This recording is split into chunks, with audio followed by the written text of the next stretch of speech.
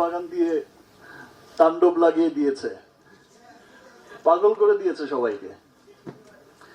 আসলে সাবিলার আমার কাছে, আমি আগেও কয়েকবার যখন দেখা হয়েছে আমি তখনও বলেছি যে সিনেমা করো না কেন, সিনেমা করো। তো আর আমার কাছে না এই বিষয়টা কেমন শুনতেই ভালো লাগে না যে বড় পর্দা ছোট পর্দা। আমরা হচ্ছে অভিনেতা অভিনেত্রী, এটা এটা যে অঙ্গনেই হোক। আমরা টেলিভিশনও করব, আমরা সিনেমাও করব, আমরা আবার স্টেজ পারফরমেন্সও করব। আমাদের কাজই হচ্ছে মানুষকে বিনোদন দেয়া। সো আমার কাছে মনে হয় না বিষয়টা, আমার কাছে মনে হয় যে এখন আর পৃথিবীতে ওই বিষয়টা চলে না যে ভাই কোন পর্দার মানুষ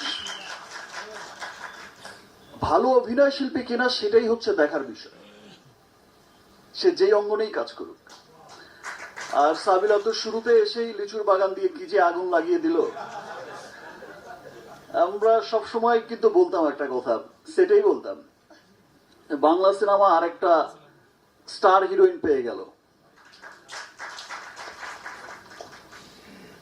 অসম্ভব ভালো অভিনয় করেছে সাবিলা, এবং ইনশাআল্লাহ ইন ফিউচারও আমরা একসাথে কাজ করব।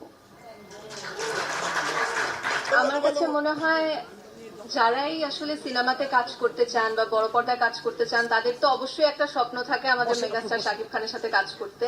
এবং এর আগেও আমি বিভিন্ন জায়গায় বলেছি যে আমি যখন বড় পর্দায় কাজ করব আমি এমন একটাই ছবি করতে চাই, যেটা তখন অবশ্যই নাম উল্লেখ করে বলিনি, কিন্তু এমন একটা ছবি করতে চাই যেখানে আমাদের মেগাস্টার শাকিব খান আছেন, এবং এমন একটা ছবি করতে চাই যেটা বাণিজ্যিকভাবে সফল হবে বা হওয়ার সম্ভাবনা আছে।